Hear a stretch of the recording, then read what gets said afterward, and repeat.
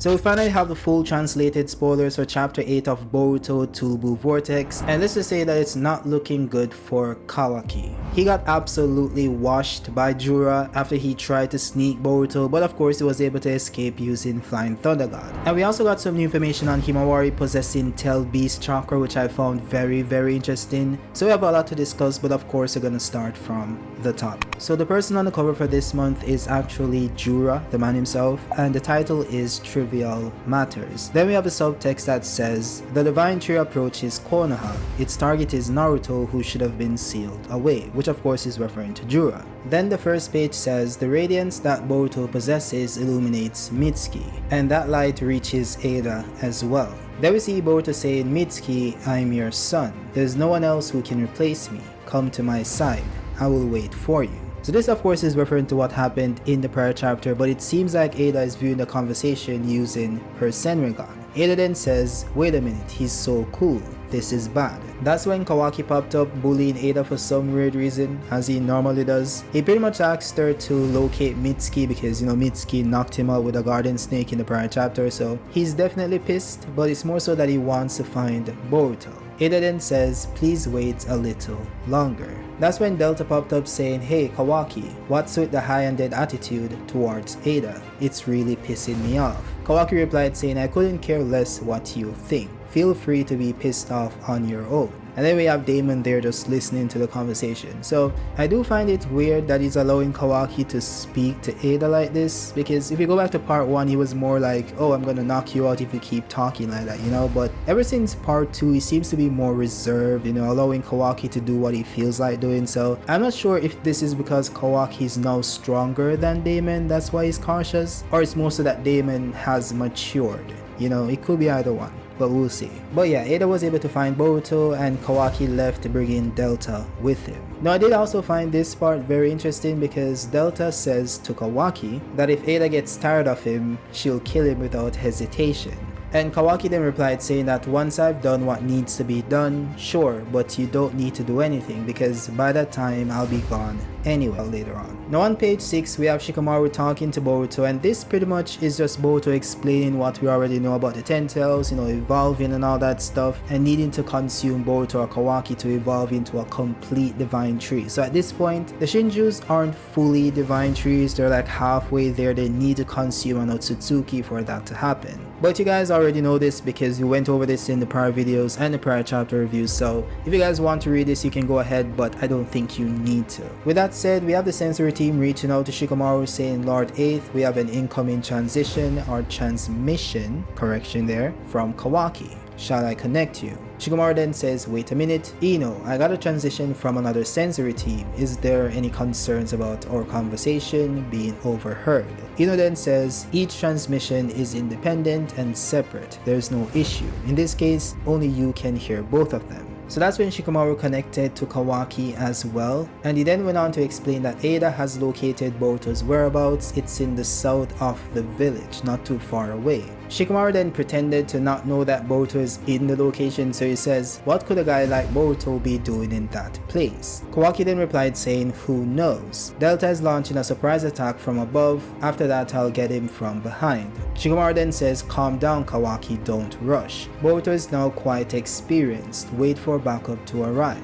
But of course Kawaki ignores this and goes after Boruto anyway. But of course Boruto is listening to the conversation over the comms, and he then says to Shikamaru, see you later, I'll contact you again. And that is when he used Flying Thunder God to leave the village. Now just as this happened, Kawaki did arrive at the location, but Boruto's presence was gone. He couldn't sense him. So Kawaki's like, yo, this is strange. He didn't sense him before, so that means that Boruto also didn't sense him. So how did Boruto disappear? Now this one was somewhat strange because it seems that they're trying to imply that Kawaki is suspecting Shikamaru in this chapter, but at the same time Kawaki knows that Boruto can legit teleport because he saw him do it. So I'm not too sure why he's surprised by this, since Boruto used Flying Thunder God, and this of course happens instantaneously. So Boruto could have literally left the moment Kawaki appeared above him. and Kawaki wouldn't have known. But I guess you could say that Kawaki, which Mitsuki kinda challenges as well, so that part was really interesting. So I guess we'll see how this plays out. Maybe Ada will jump on the love train with Sumire and Sarada, and maybe they all fight over Boruto for some reason, but I guess we'll see.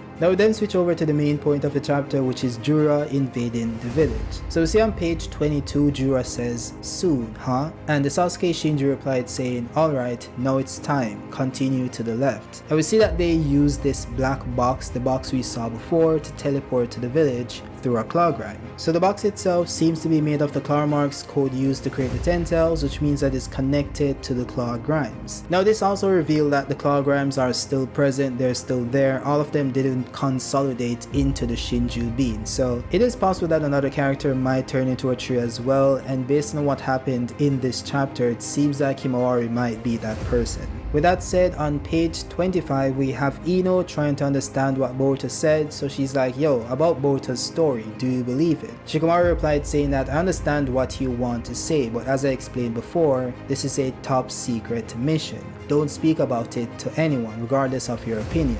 Ino then replied saying that she does understand, but she's still confused about it pretty much. That's when the sensory team chimed in once again, saying that 2 intruders are near the gate. Then they pretty much tried to identify the person by matching the chakra data, and one turned out to be negative, while the other one was of Sasuke Uchiha. Now Sarada is listening to the conversation it seems, so she's like, "Dad?" And the Sasuke clone says, "Where's Uzumaki Naruto?" Jura then replied saying that, "I don't know his whereabouts, however, I do know one thing." And that's when the villagers popped up saying, "Don't move, understand? If you take even one step, I'll consider you an enemy." Then they said, "You there, Sasuke Uchiha? What's your purpose of intruding?" That's when you see Jura use wood style to pop up some spikes from the ground to kill every single one of them, so it was pretty gruesome of course. I did find it interesting that these were just random ninjas and not anyone from the original series, so none of the Konoha 12 or Kakashi or none of those characters, they're just non-existent. But it could be that they don't want to kill those characters, so he's just writing it in a way where he doesn't need to bring them in, because the village is being invaded once again and these characters are nowhere to be seen. You know, it's weird.